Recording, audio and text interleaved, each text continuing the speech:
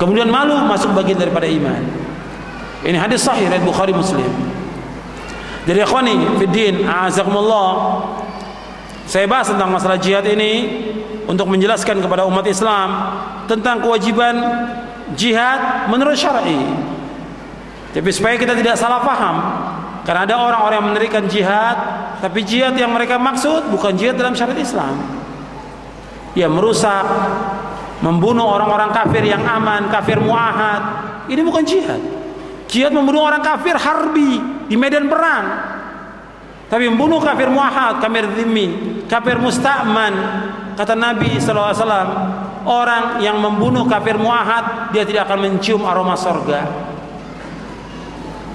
Man qatala muahadan lam yari raihatal jannah, rawahul Bukhari.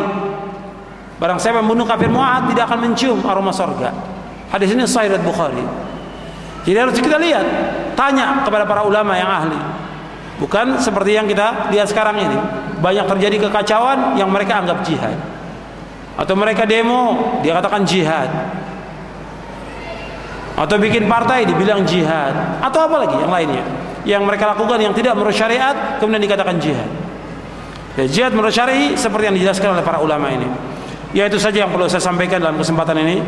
Mudah-mudahan yang sedikit ini yang saya bahas bermanfaat untuk saya dan untuk antum sekalian, menambah wawasan kita, menambah ilmu kita yang bermanfaat, kemudian menambah amal kita, dan juga membuat kita ini sabar dalam kita menuntut ilmu, mengamalkan dan mendakwahkannya.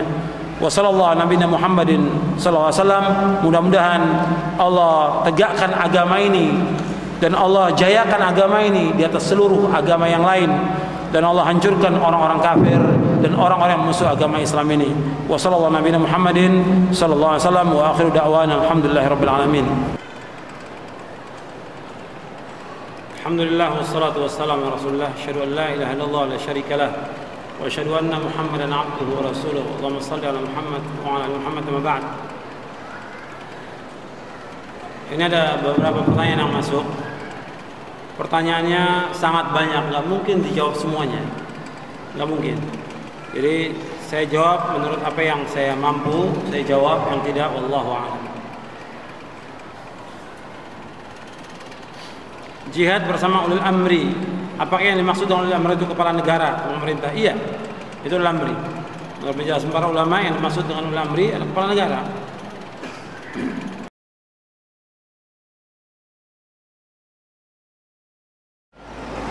Seorang pemuda yang fisiknya kuat tapi tidak paham ilmu atau hukum jihad, apakah wajib baginya perang atau menuntut ilmu?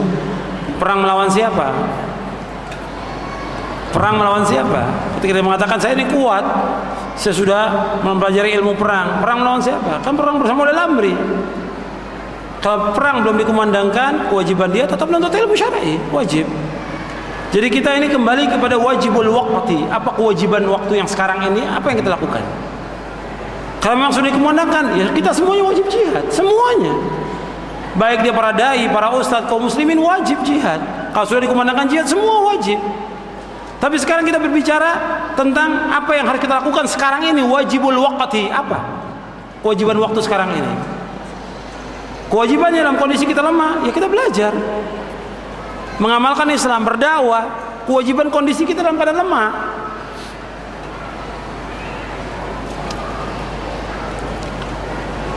Apakah negeri kita ini termasuk negeri kafir? Kita negeri Islam, dikumandangkan azan, sholat yang 5 waktu, sholat Jumat, kemudian syiar-syiar Islam yang lain ditegakkan di sini. Negeri Islam. Nabi ketika Nabi berperang, Nabi itu ketika akan masuk untuk memerangi, ditunggu dulu. Subuh itu tunggu dulu, ada suara azan atau tidak? Kalau ada suara azan, Nabi tahan. Berarti muslimin negara itu. Ini enggak sekarang, karena tidak berlaku hukum Islam, semuanya kafir. Terlalu gampang. Ini ciri-ciri dari khawarij. Ciri-ciri dari khawarij. Terus kita lihat pemahaman para ulama tentang ayat wa man lam yahkum bima anzalallah fa ulaika humul kafirun. Barang siapa yang tidak berhukum dengan hukum Allah maka dia kafir. Lihat, ayat ini dijelaskan oleh para ulama salaf, kufrun duna kufrin, kufur di bawah kekufuran. Kita berusaha bagaimana supaya tegak hukum Islam di Indonesia ini. Tapi perlu kepada tahapan. Prosesnya bagaimana? Kita harus merubah dari diri kita dulu, keluarga kita, masyarakat.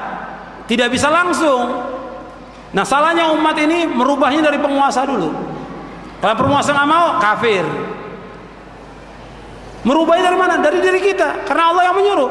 Innallaha la yughayyiru ma biqaumin hatta yughayyiru ma bi anfusihim. Dalam surah Ar-Ra'd ayat 11. Sesungguhnya Allah tidak akan merubah satu kaum sehingga mereka merubah apa yang ada pada diri mereka. Ya, taghyir rabbani. Bagaimana taghyir rabbani? Yaitu dengan kita merubah diri kita. Belajar ilmu syar'i, memahami Islam yang benar sesuai dengan pemahaman para sahabat, mengamalkan, mendakwakan.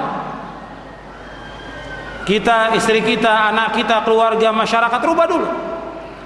Kalau kita sudah rubah, insya Allah janji Allah itu pasti akan datang, dan Allah pasti akan memberikan kemenangan kepada kaum muslimin. Dan kemudian yang kedua, tentang masalah penegakan syariat Islam. Penegakan syariat Islam pertama kali yang harus didahulukan yaitu tentang menegakkan tauhid di muka bumi. Sebagaimana Allah berfirman dalam surah Yusuf, "Inil hukmu illa lillah, amara alla ta'budu illa iyyah." Sesungguhnya hukum itu milik Allah. Tidak boleh kalian beribadah melainkan hanya kepada Allah saja. Jadi penegakan hukum pertama kali yaitu mengajak umat untuk beribadah hanya kepada Allah, mentauhidkan Allah, menjauhkan syirik. Itu yang pokok, yang merupakan tujuan diciptakan jin dan manusia oleh Allah. Wa ma khalaqtul jinna wal insa illa liya'budun.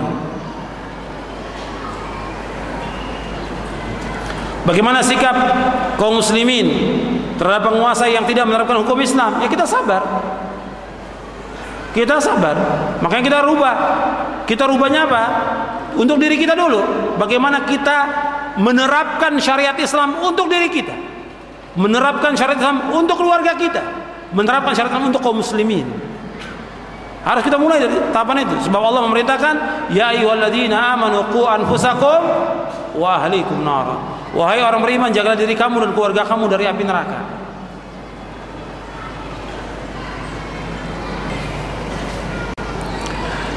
Bagaimana tentang fitnah perang yang ada di Ambon, di Poso dan yang lainnya?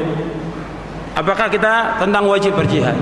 Kewajiban bagi orang-orang yang di sana, dia wajib membela diri. Kemudian yang kedua, kewajiban umat Islam untuk membantu mereka dengan harta. Yang ketiga, urusan ini dikembalikan kepada pemerintah, karena pemerintah yang bertanggung jawab tentang apa yang terjadi di sana. Dikembalikan. Dan ini sudah ditanyakan kepada Syekh Abdul Muhsin Al-Abbad. Syekh Abdul Muhsin Al-Abbad seorang ulama di Madinah. Saya sendiri tanya langsung kepada dia di rumahnya. Saya tanya langsung kepada beliau di rumahnya, bagaimana tentang fitnah yang ada di Ambon. Kata beliau, itu bukan perang, itu fitnah yang terjadi antara Nasara dan kaum muslimin. Kaum muslimin yang ada di tempat itu wajib dia membela diri. Kita yang di luar wajib membantu dengan harta kita. Dan pemerintah wajib, umat Islam meminta pemerintah untuk menyelesaikan urusan ini. Itu yang dijelaskan oleh Syekh Abdul Muhsin Al-Abbad Al-Badr. Sebagian orang berkelompok membentuk laskar jihad.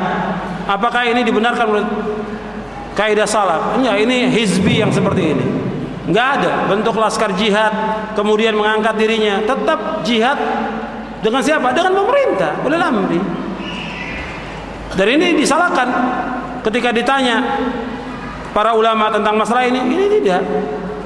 Ini tidak benar cara-cara yang seperti ini. Justru akan menambah fitnah dan menumpahkan sekian banyak darah kaum muslimin. Menumpahkan darah kaum muslimin. Kewajiban membantu tetap membantu. Kewajiban kita membantu. Tapi kemudian mengatakan bahwa ini adalah fardu ain, kemudian mengajak kaum muslimin yang tidak paham tentang masalah jihad ini dibawa ke sana sehingga banyak yang korban, ini tidak dibenarkan oleh syariat. Orang yang mati syahid disebutkan tetap hidup dan diberikan rezeki. Tolong dijelaskan. Artinya tentang diberikan rezeki dan hidup